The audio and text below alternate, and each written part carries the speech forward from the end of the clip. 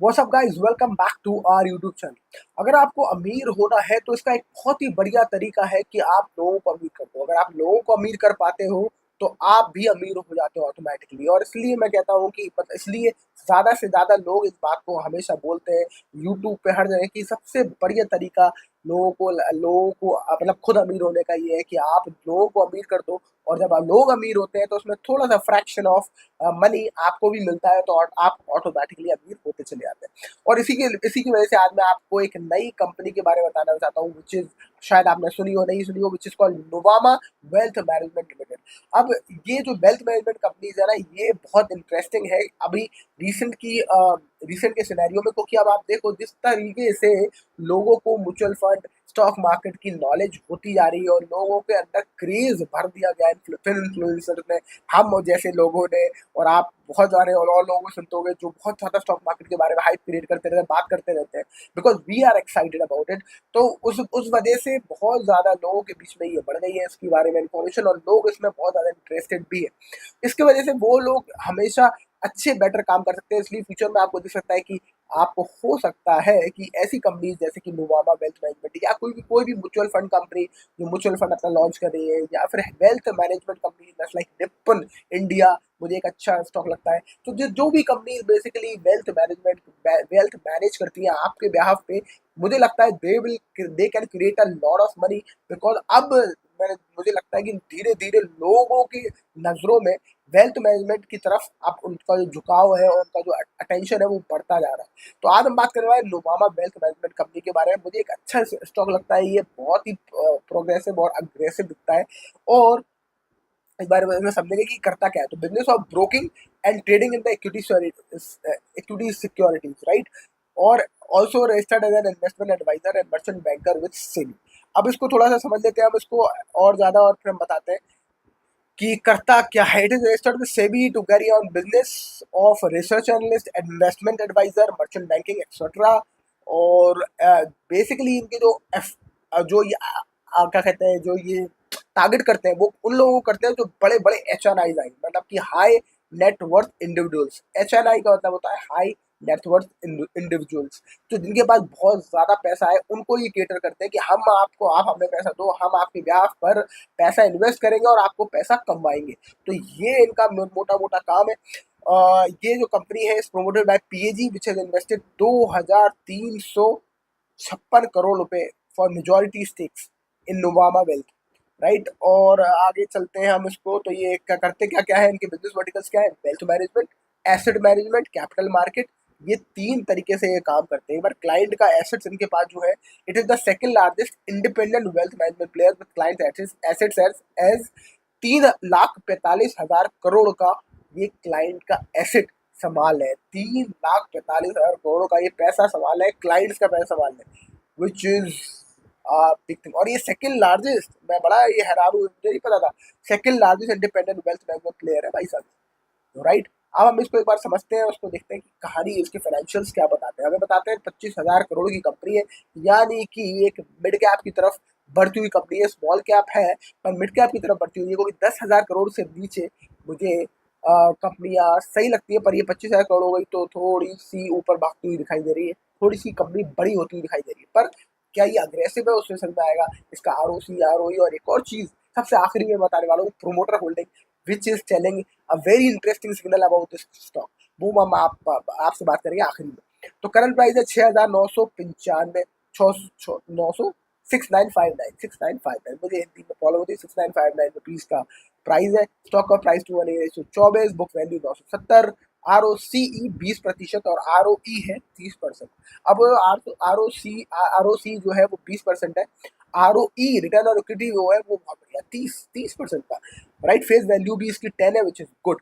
अब अगर देखें तो इसका मैक्सिमम है 2023 से ये भागना स्टार्ट किया। 2023 अक्टूबर में इसके प्राइस 2,285 रुपये के आसपास था, और अभी ये 6,000 रुपये के ऊपर। मतलब अभी अक्टूबर से अगर आपने लिया होता 2023 से, तो ये ऑलमोस्ट तीन तीन गुना तीन गुना हो गया मेरे भाई, वहां से भागता भागता, राइट। और ये 6,000 करोड़ पे 6,000 रुपये के ऊपर पहुंच गया इसका प्राइस। अब कंपनी का देखा जाए तो प्रोज जो है वो एक गुड प्रॉफिट ग्रोथ, 28% कैगर, और डेटर डेज भी इनके इम्प्रूव हुए। अच्छा, स्टॉक का जो ट्रेडिंग टाइम है, ट्रेडिंग 7.17 टाइम्स बुक वैल्यू, थोड़ा सा वो बुक वैल्यू से थोड़ा सा महंगा तो है। अगर प्रोमोटर्स है प्लेज्ड और इनकम्पर्ड 62.8% ऑफ देयर होल्डिंग, मतलब कि 62% होल्डिंग जो प्रोमोटर है उसने प्लेज कर दिया। अब आप सोच सकते हो कि प्लेज कर दी यार, ये तो भाई प्रोमोटर चोर है, अब प्लेज कर दिया तो कल को दिवाली हो जाएगा। पर प्लेज करना कितना बुरा नहीं होता जितना हम सोचते हैं शायद, क्योंकि प्लेज का अगर देखो तो बहुत सारे लोगों के शेयर प्लेज रहते हैं, मेरे शेयर हमेशा ही प्लेज रहते हैं, हमेशा फुल प्लेज रहते हैं शेयर्स में, राइट। तो इसका मतलब ये नहीं कि मैं दिवालिया हो जाऊंगा, इसका मतलब ये है कि शेयर्स प्लेज करके आप जब प्लेज करते हो, जब आपको कॉन्फिडेंस होता है कि उससे आप जो प्लेज कर रहे हो उससे कोई और कैपिटल आप जनरेट कर रहे हो, वो आप क्या कर रहे हो उससे, वो इम्पोर्टेंट है, राइट। अब प्रॉफिट और लॉस देख लेते हैं इसको, और ऑपरेटिंग प्रॉफिट इसका 2020 में था 500 करोड़ और अभी है 2331, यानी 500 से 4 गुना ज्यादा बढ़ गया ऑपरेटिंग प्रॉफिट। अब आप बताओ 500 से 2331 करोड़ का ऑपरेटिंग प्रॉफिट, 3 साल 4 साल 5 साल 5 साल में 4 गुना ऑपरेटिंग प्रॉफिट बढ़ा है, which is very good in terms of Nuvama Wealth. जो मैंने सोचा नहीं था कि नुमामा नुमामा तो मैं सुनता ही नहीं हूँ, उस जैसी कंपनी इतना ज्यादा करेगी, मुझे पता ही था।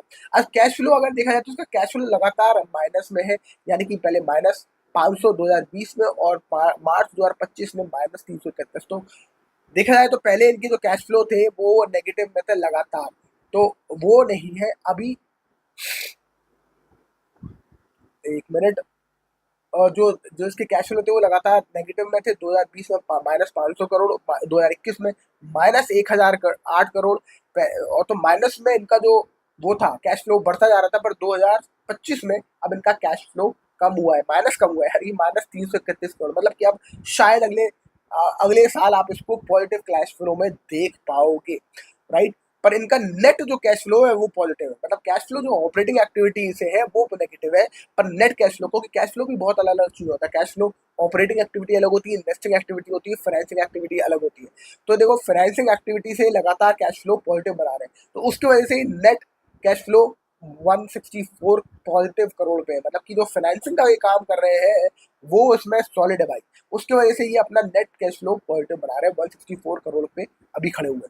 अब एक मैं आपको चीज दिखाना चाहता हूँ, which is called the share holding pattern. Share holding pattern important है, क्योंकि प्रोमोटर के पास 56% की होल्डिंग थी 2023 में।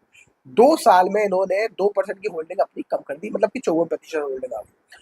पब्लिक के पास 1% की होल्डिंग थी 2023, उसके बाद नहीं सॉरी 32% की होल्डिंग, पब्लिक के पास 32% का माल था और प्रोमोटर के पास 56%, मतलब मोटा मोटा पब्लिक के पास ही माल था और प्रोमोटर के पास था। एफआईआई के पास 9% का माल था, 2023 की बात कर रहे हैं।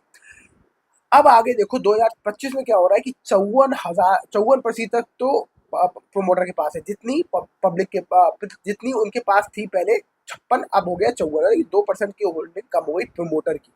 पर एफआई की 9% थी, वो हो गई है 17%।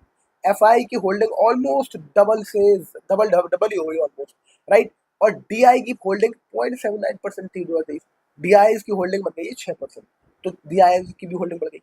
पब्लिक की परसेंट जो 32% होल्डिंग थी, पब्लिक की 32% होल्डिंग हो गई 21%, यानी कि पब्लिक के हाथों से शेयर निकाला जा रहा है, एफआई और डीआई के हाथों में जा रहा है। तो ये कहानी ये है, जिस तरीके से आप समझ सकते हो कि धीरे धीरे नुमामा जैसे जैसे आगे बढ़ रहा है, शेयर भी धीरे धीरे बिकता जा रहा है पब्लिक के हाथों से। तो पब्लिक ज्यादा लॉन्ग टर्म होल्ड नहीं करती है शायद, रिटेल इन्वेस्टर, इसलिए आप देखोगे रिटेल इन्वेस्टर जल्दी जल्दी प्रॉफिट थोड़ा सा बुक करता है अपना, और शायद रिटेल इन्वेस्टर को थोड़ा प्रॉफिट मिल रहा होगा तो रिटेल इन्वेस्टर को हाँ भाई ले ले, आप तो थोड़ा बहुत प्रॉफिट मिल गया काफी। पर आप याद ये बात हमेशा समझना कि जो एफ आई और डी आई है वो छोटा मोटा प्रॉफिट के लिए नहीं बैठते, वो लॉन्ग टर्म प्रॉफिट के लिए बैठते हैं, और इसलिए वो लंबे समय के लिए बैठते हैं, तब किसी स्टॉक में अच्छे बैठते हैं तो, और अच्छा मोटा ही पैसा बनाते हैं। तो अगर एक आप लॉन्ग टर्म प्रॉफिट आपका लॉन्ग टर्म गोल इन्वेस्टिंग को लेके है, तो आप शायद इस स्टॉक को कंसिडर कर सकते हैं। मुझे एक स्टॉक काफी इंटरेस्टिंग लगता है, अग्रेसिव लगता है इन टर्म्स ऑफ अपना पोर्टफोलियो बिल्डिंग, और मुझे लगता है ये अपने क्लाइंट ऐसे ही बढ़ाता जाएगा, और हाई नेटवर्थ इंडिविजुअल्स हमारे इंडिया में पैदा होते जाएंगे और इनके क्लाइंट बनते जाएंगे, और इनका काम धंधा बढ़ता ही जाएगा। आपको क्या लगता है, आप किस में इन्वेस्ट करेंगे, क्या आप इसमें इन्वेस्ट करने की कोशिश करेंगे, या आपके पास ऑलरेडी ये स्टॉक है, तो जरूर कमेंट सेक्शन में बताइएगा। That's it for this video, I hope you enjoy the video, yes like share and subscribe, I will see you in the next. Thank you so much. Bye bye.